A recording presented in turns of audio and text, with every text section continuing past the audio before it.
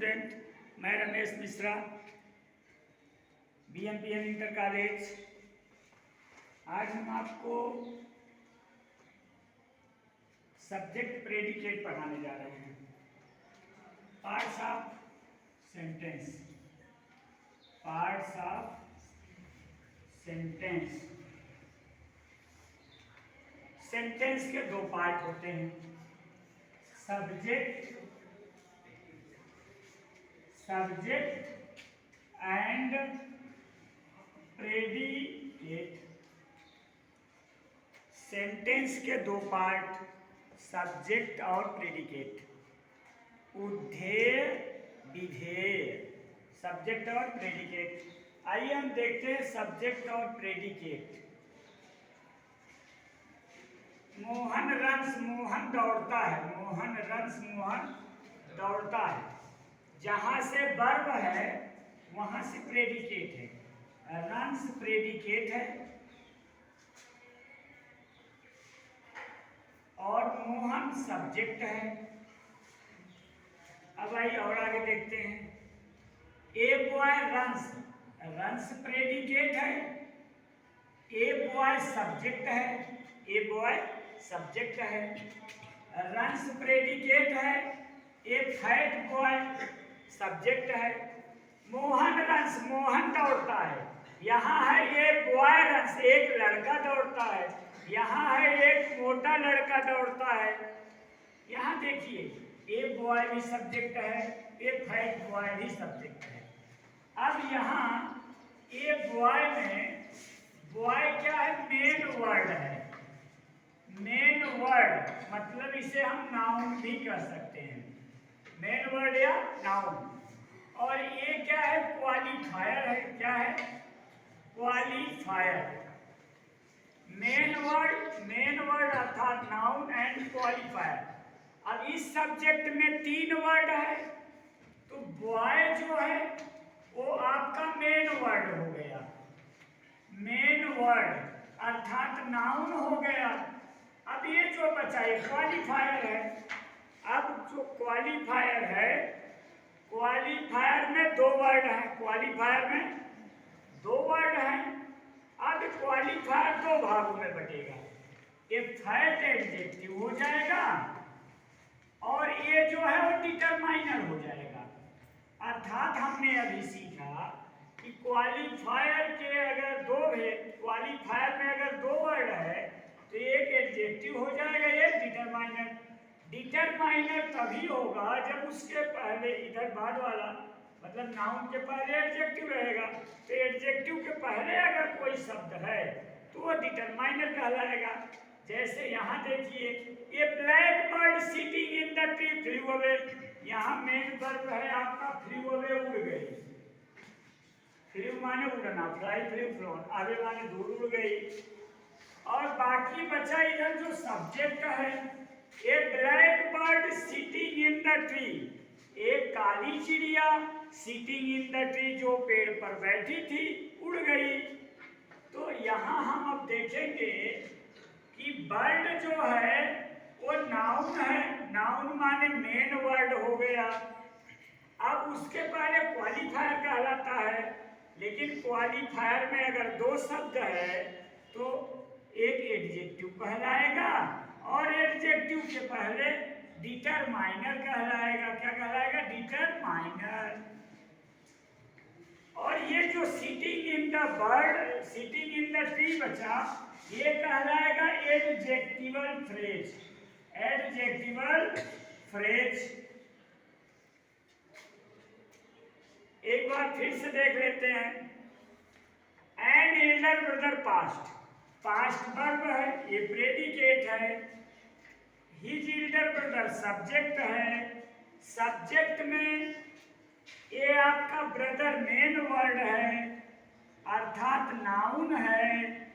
बाकी जो बचा क्वालिफायर, लेकिन क्वालिफायर में दो शब्द हैं तो एल्डर क्या है? एडजेक्टिव हो गया और हिज क्या हो गया? डिटरमाइनर। मैंने आपको बताया कि डिटरमाइनर तभी होगा जब ये एडजेक्टिव होगा।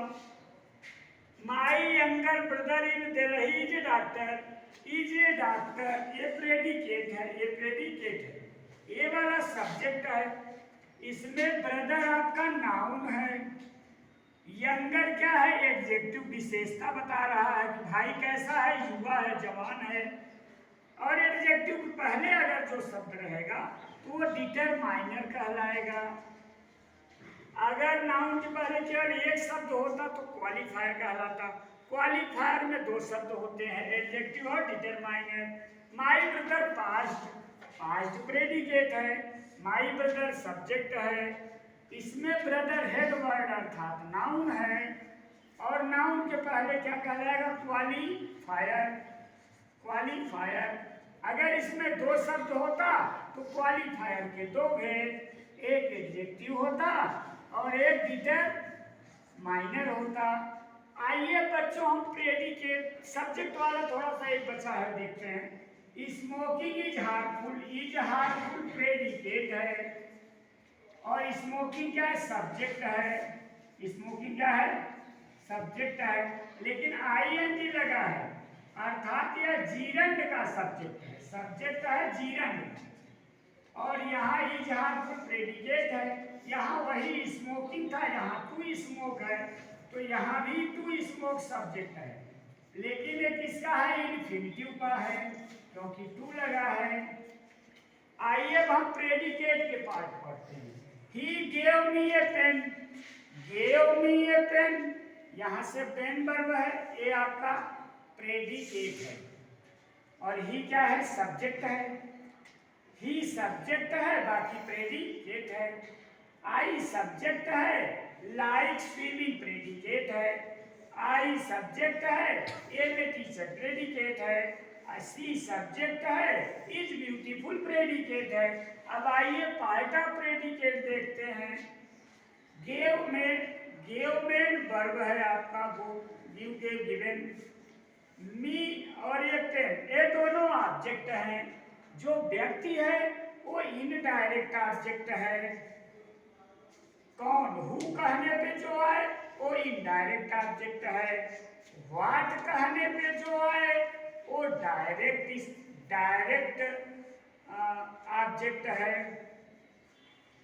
व्यक्ति जो है इनडायरेक्ट ऑब्जेक्ट है। वस्तु क्या है?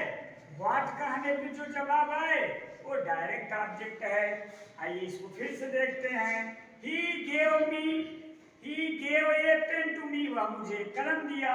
ही सब्जेक्ट है, ये प्रेडिकेट है। गेव तो वर्ब है, और ये पेन वस्तु है। इसका मतलब ये आगे आ गया, लेकिन जो वस्तु रहेगी, क्या कहने पे जो जवाब आएगा वो इनडायरेक्ट ऑब्जेक्ट रहेगा, आगे रहे चाहे बाद में पीछे।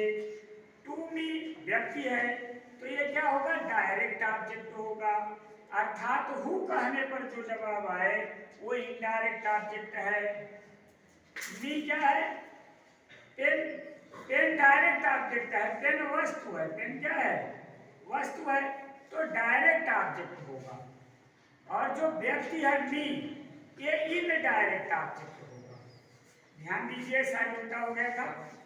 जो वस्तु रहेगा वो डायरेक्ट ऑब्जेक्ट है, जो व्यक्ति रहेगा वो इनडायरेक्ट ऑब्जेक्ट है, आगे रहे अथवा पीछे। हु कहने पर जो अर्थ आएगा, जो जवाब आएगा वो इनडायरेक्ट ऑब्जेक्ट। व्हाट कहने पर जो जवाब आएगा वो डायरेक्ट ऑब्जेक्ट। लाइक वर्ब है।